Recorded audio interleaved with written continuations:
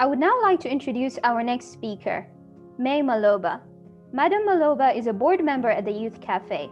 She is the Country Director of Global Health Innovations and is an experienced program manager, leader, scientist, and nurse currently enrolled for the PhD Nursing Philosophy program, pursuing health system strengthening. We are honored to have her as a board member as she spearheads our programs under the thematic area of universal health coverage. Madam Maloba, the stage is yours. Thank you so much. And thank you for hosting us. Thank you for hosting everyone, because this is very important.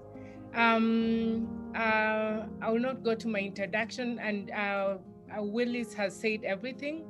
But anyway, important to note that Youth Café 2021-2023 strategic plan highlights key challenges. It tries to address the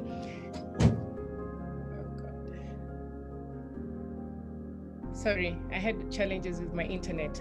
So the Youth Café 2021-2023 strategic plan highlights key changes through theory of change, therein addressing adolescent challenges. And I like the fact that they have already started implementing it. One, in terms of when they started, they do the activities. I've started in many of the activities.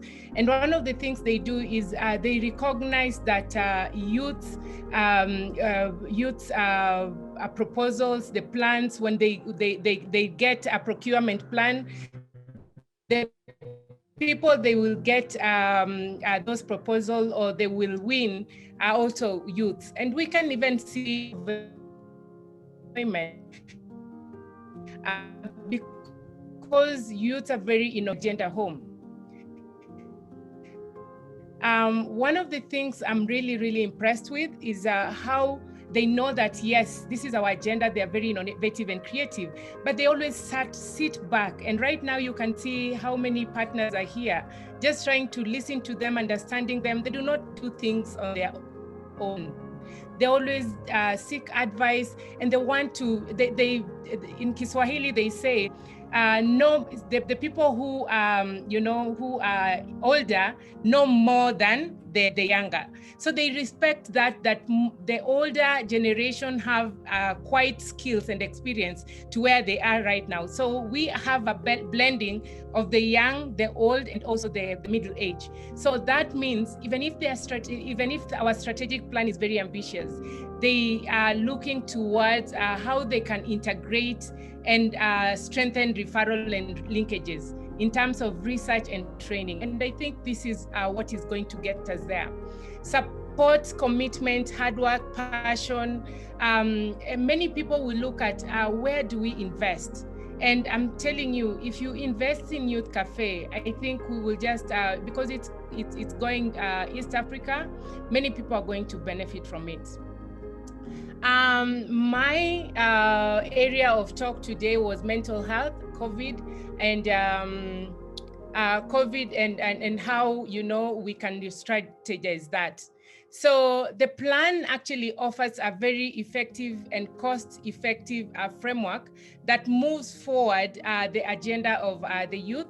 And it actually gives us a reflection process in terms of sharing, learning, and reflection. There are many activities that cannot be said now, but I've just managed to look at how they conduct their activities. And I feel like they're giving us a best foot forward. It's also important for us to remind ourselves as partners how and where they started from.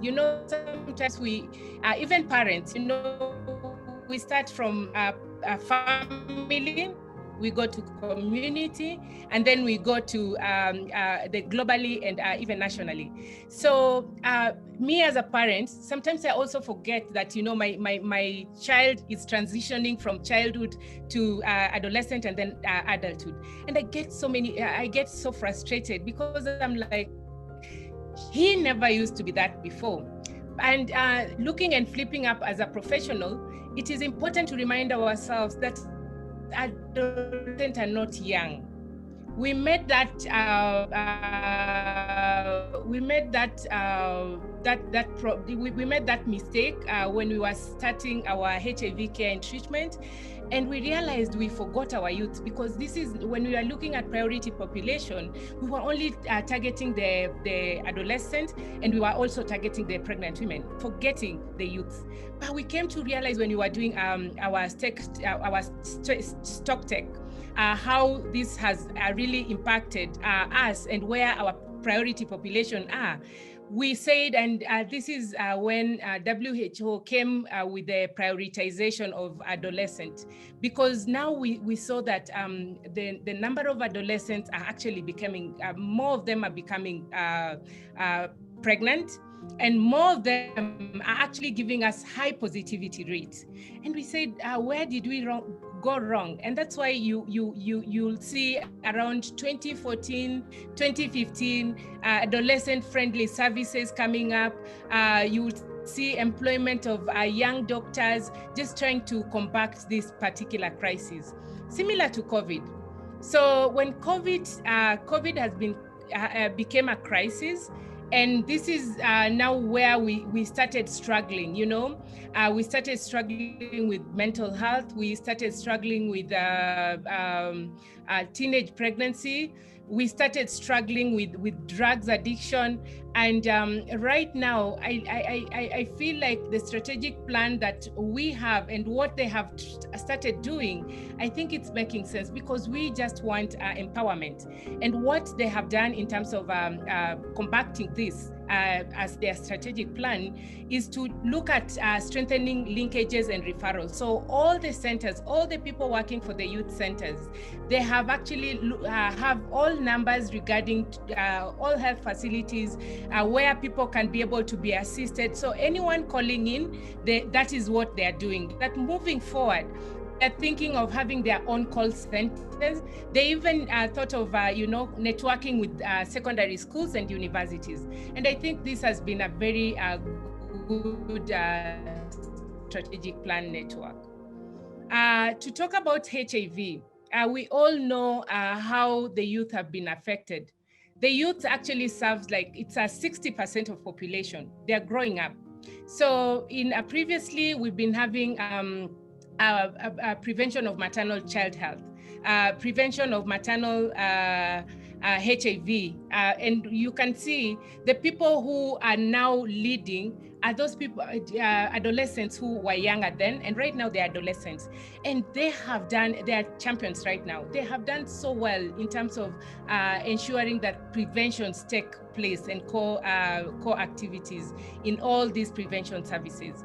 And the Youth Café have also integrated that nicely, so that when people, the champions are out there, people calling in to find out how they can get empowered, or people are in crisis, this is the information already they have, and they're moving the agenda forward. So I think, yes, it is an ambitious plan. When people are looking and reviewing it, we all agreed that it is an ambition plan. But we also agree that when you have an ambition plan, you'll be able to get many people collectively with commitment. They will come together and be able to move the agenda forward. And this is something that I feel like he has a very good, approach personally, interpersonal relationship, and even the team, the way they work together. It is how, you can talk to this person and this person can refer you to someone where they can be able to get, many partners to work and achieve more. Like for us, they approached us, and one of the things that we want to help them with is training the core team in terms of doing research and even, moving ahead, looking at other countries, what have they adapted, and how can we replicate the same here in Kenya. Thank you so much. Thank you so much, Madam Maloba, for that enlightening speech and such kind words. We feel so blessed to have you as our board member.